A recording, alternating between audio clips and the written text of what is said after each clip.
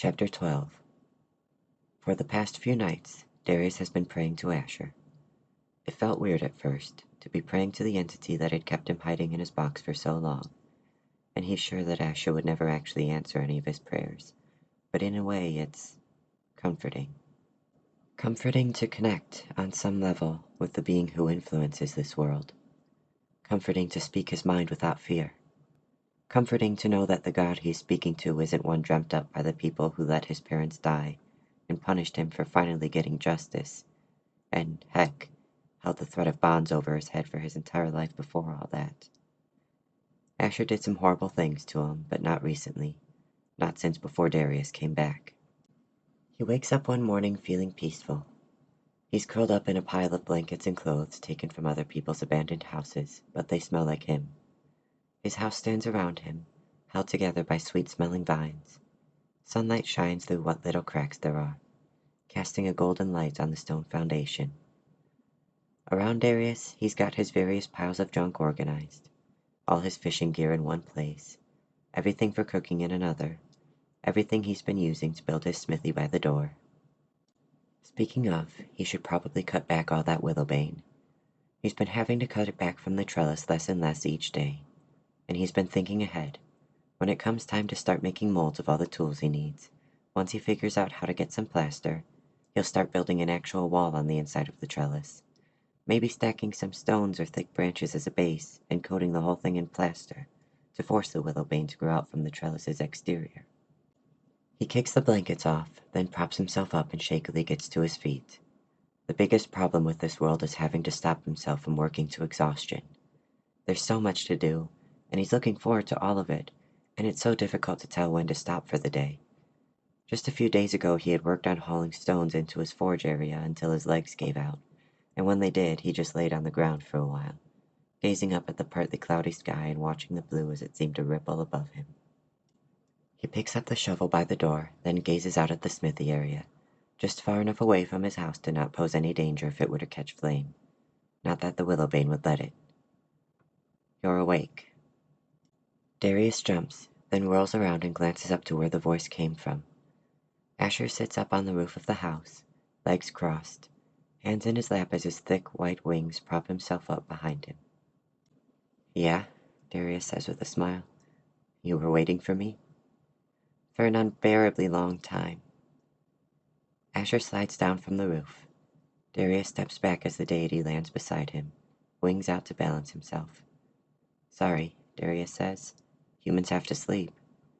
I know, Asher says. I was human.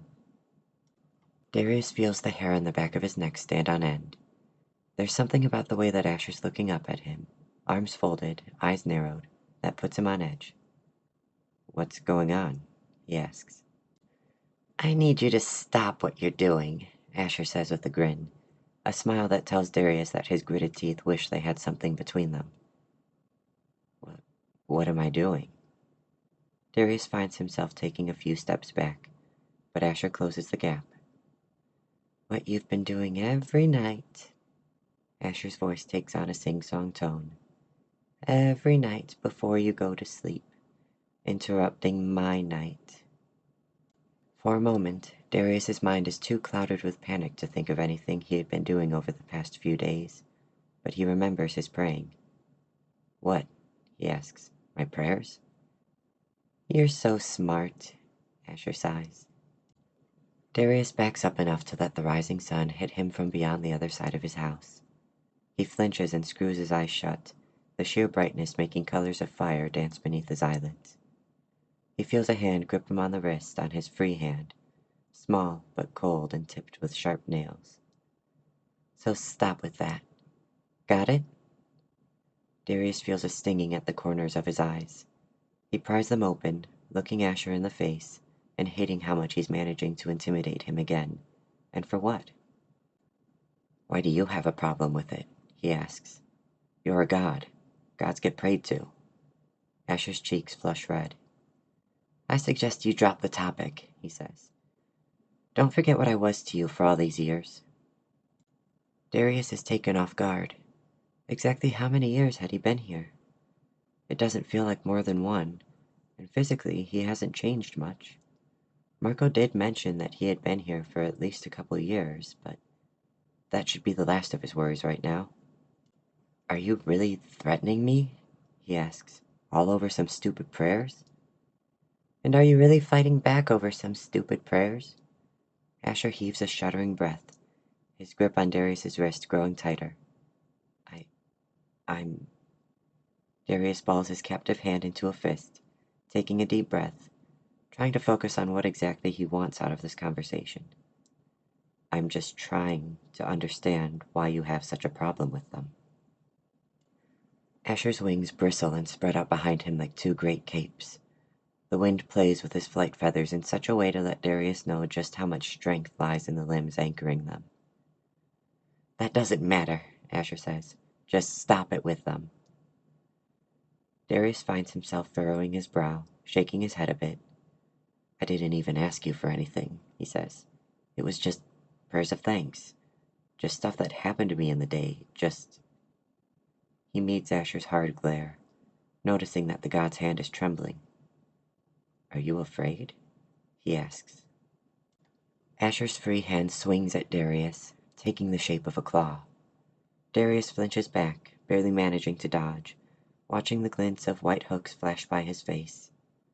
He yanks his captive hand down, wrenching it free from Asher's fist, and doubles back, propping up his shovel with two hands and aiming it at the savage deity. His mind whirls with options. He could go for Asher with a shovel right now. He could dart past him into the thick brush. He could grab his gun and... Wait, he never got his gun back. As Asher glowers at Darius, the human feels just how small he really is. Asher may be shorter and lither than him, but soon he won't be. He watches as flesh curls around flesh, bulking up the god's limbs.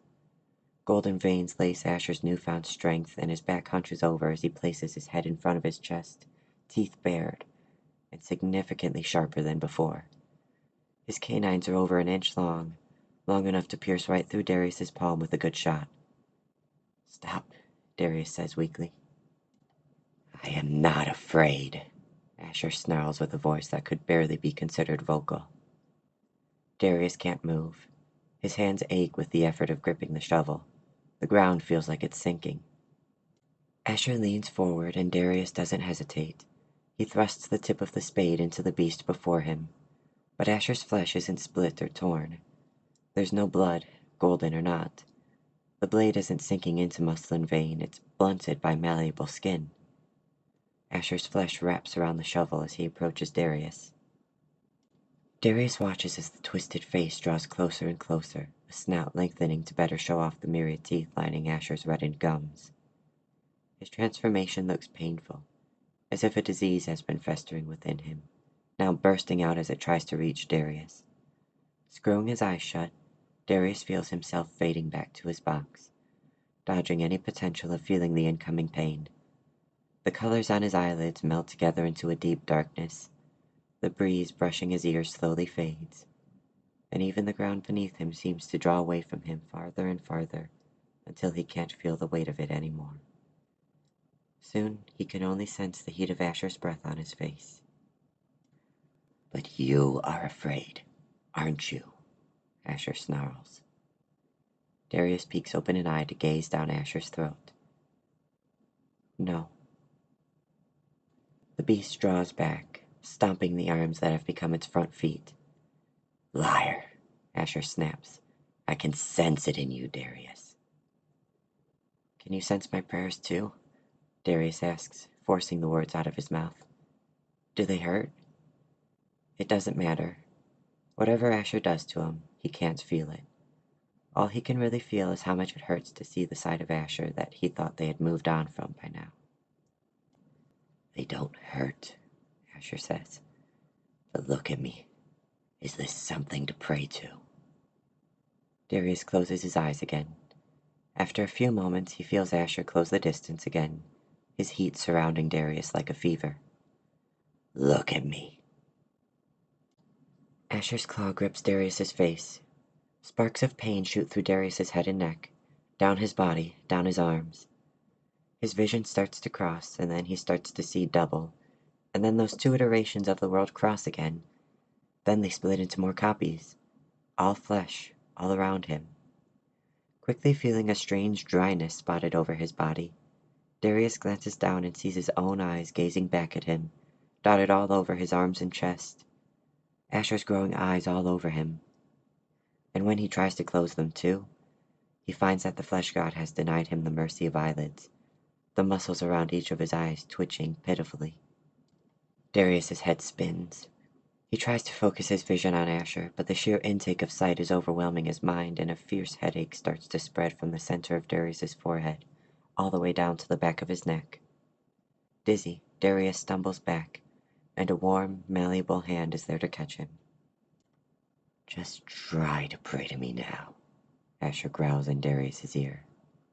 So Darius does. He zones out, letting his vision blur, letting the pain in his head fade as much as it can. And he prays. "You're very warm right now. Even though you're taking a form like this, you're still the god of this world, and I love this world, so I love you too. I feel bad about this. I want to know why you're so upset right now. I want to know why you want to hurt people at the slightest provocation. I want to help you feel better." Darius hits the ground. He struggles for breath, his chest twitching, the air knocked out of his lungs.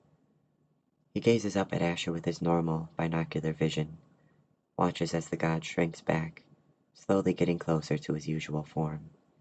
Some white feathers stick out of the mess of wrinkled skin. "Shut up," Asher says breathily, his voice between the monster's snarl he had been using and his usual voice, the one that had made Darius think he couldn't have been older than 13 when they had first met. He steps over Darius, blocking out the sun for a brief moment before its warmth falls on Darius again. "If you want to make me feel better, then stop praying," Asher murmurs. "I'll do that," Darius says, "but I hope one day you'll tell me why." Asher heaves a sigh. Then he drags himself away, slowly shaking his wings free from the rest of his tumorous body and stretching them as he prepares to take flight back home. Darius sits up, one hand still clutching the handle of his shovel. His head pounds and his eyes burn. He might be better off just taking the day off, tapping the food he's got stored up and trying to make sense of this. But this world waits for no one. One look at the progress he was making on his smithy gives him the strength to get up again. He's got more than that to do. He wants answers from Asher. He wants his gun back. He wants to know how long he'd been in his box.